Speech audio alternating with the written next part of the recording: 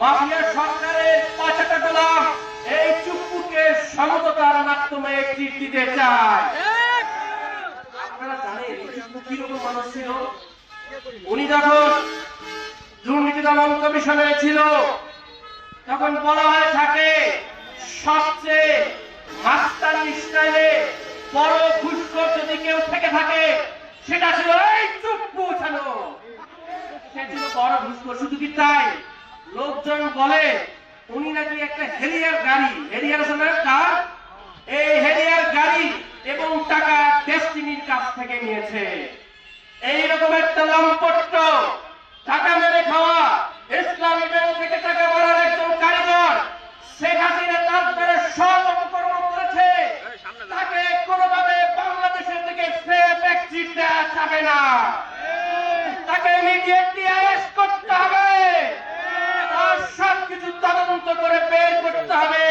সে এখনো ভাব নিয়ে বলে সংবিধানের 51 ধারা আছে যে আমার কিচ্ছু করতে পারবেন না। এই বাংলাদেশের জনগণ সংবিধানকে রেখে শেখ হাসিনাকে কোথায় পাঠিয়ে দিয়েছে? সংবিধানের অভিনেতা করো, তুমি যে অপরাধ করেছো, টাকা মেরেছো, দুর্নীতি করেছো, সেগুলা কোথায় যাবে? সেগুলার বিচার হতে হবে। বাংলার মানুষ আপনার বিচার দেখতে চায়। 2 নম্বর কথা বলি, আমি আজকেও বলেছি এখানে বাংলাদেশে যা কিছু ক্ষতিকর তার অর্ধেক করিয়াছে শেখ হাসিনার আওয়ামী লীগ, আর অর্ধেক করেছে ইন্ডিয়া।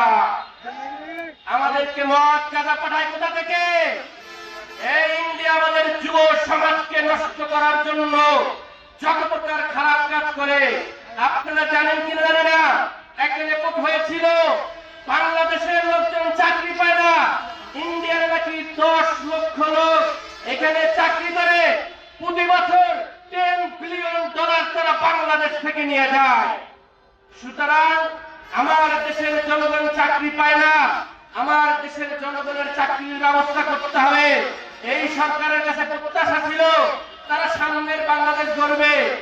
একদিনে 12টা প্রতিষ্ঠানে 12 জন রাজনৈতিক একবারে দলের নেতা, বন শ্রমিক, আপনারা কি বলে, বন বিষয়ক সম্পাদক, অমুক বিষয়ক সম্পাদক, বাংলাদেশ রাষ্ট্রের একটা প্রতিষ্ঠানের প্রধান বানিয়ে দেওয়া হলো। আপনারা কি তাহলে দল যে কোটার মতো রয়েছে, কোটা না মেধা, মেধার ভিত্তিতে বাংলাদেশ হবে? আমরা দেখতেছি এখনো দলীয় কোটার ভিত্তিতে বাংলাদেশ হচ্ছে। আমরা মনে করছিলাম এই প্রতিষ্ঠানগুলো বাংলাদেশ রাষ্ট্রের মানুষের সেবা দিবে, এখন দেখছি শুধু বিএনপির সেবা দেয়, তাই না? এই বাংলাদেশের কোন প্রতিষ্ঠান এটা কোন দলীয় শাখা নয়, ইউনো অফিস কারো দলীয় শাখা নয়, কৃষি অফিস কারো দলীয় শাখা নয়, এটা বাংলাদেশের মানুষের টাকায় চলে। ও ইউনো সাহেব, কৃষি সাহেব, মনে রাখবেন আপনি ভালুকাবাসীর মানুষের ট্যাক্সের টাকায় কাজ করেন। এখানে কোন এনসিপি, জামাত, বিরোধী দলের লোকজন সাধারণ মানুষকে যদি আপনারা হয়রানি করেন তাহলে আপনারা বাংলাদেশ রাষ্ট্রের সাথেও গাদ্দারি করতেছেন। সুতরাং শেখ হাসিনার মতো হওয়ার চেষ্টা করবেন না। আপনারা হেদায়েতের পথে আসেন, রাষ্ট্রের প্রতিষ্ঠান সংস্কার করেন, মানুষের ন্যায্য অধিকার দেন। গুম কমিশন নষ্ট করেছেন, সেগুলোকে ইনস্টল করেন, বিচার ব্যবস্থা স্বাধীন করেন, মানুষের হকগুলা দিয়ে দেন। এইভাবে যদি দলীয়করণ শুরু করেন, আমার কাছে মনে হচ্ছে শেখ মুজিব ধ্বংস হয়েছিল পাকশাল কায়েম করার মাধ্যমে। এই পাকশালের পুঁজি দিয়েছিল তৎকালীন ফেডারেশন অফ সোশ্যালিস্ট ইউনিয়নের যে সেক্রেটারি ছিল, সেই আমার কাছে মনে হচ্ছে আমাদের প্রাইম মিনিস্টার কি আবার চায়নায় ঘুরে এসে এই চায়নার যে মডেল, সেই মডেল নিজের দলের লোকজনকে এক্সিকিউট করতে চায় কিনা, আমার প্রশ্ন এটা। যদি আপনি সেই পথে হাঁটেন তাহলে আপনি ভুল পথে আছেন, আপনাকে ভুলভাবে গাইড করা হচ্ছে। বাংলাদেশের মানুষের আশা আকাঙ্ক্ষাকে ধারণ করুন। জুলাই জনতা কোনো মানুষ, ব্যক্তি, গোষ্ঠীকে প্রশ্ন ছাড়া রাখে না। সুতরাং আপনারা ভালো কাজ থেকে আসুন, সেই প্রত্যাশা রেখে শেষ করছি। ইনকিলাব জিন্দাবাদ। আসসালামু আলাইকুম। তাদেরকে সহযোগিতা দিয়ে তাদের যাতে কোনো ধরনের ঠকবাজ যাতে না করতে হয়। আমরা যখন নির্বাচন করেছি আমাদের গুটি কয়েক লোক ছিল, আজকে আপনারা প্রমাণ করেন বসানো মাফিয়া সরকারের পাঁচটা গোলাম এই চুপ্পুকে সমঝোতার মাধ্যমে একটি দিতে চায়। তারা যেভাবে এই আন্দোলনটাকে সার্থক করেছে, আন্দোলনটা কি 54 বছরেও তা সাফল্যমণ্ডিত হয়নি।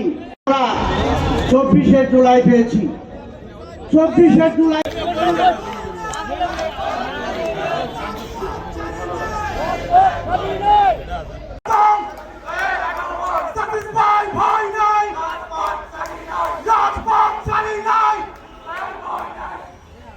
সুন্দর আগামী গল্প করবো এই প্রত্যাশায় আগামীতে আপনাদের সাথে দেখা হবে। দোয়া করবেন। আসসালামু আলাইকুম ওয়া রাহমাতুল্লাহ। বসানো মাফিয়া সরকারের পাঁচটা গোলাম এই চুপ্পুকে সমঝোতার মাধ্যমে একটি দিতে চায়।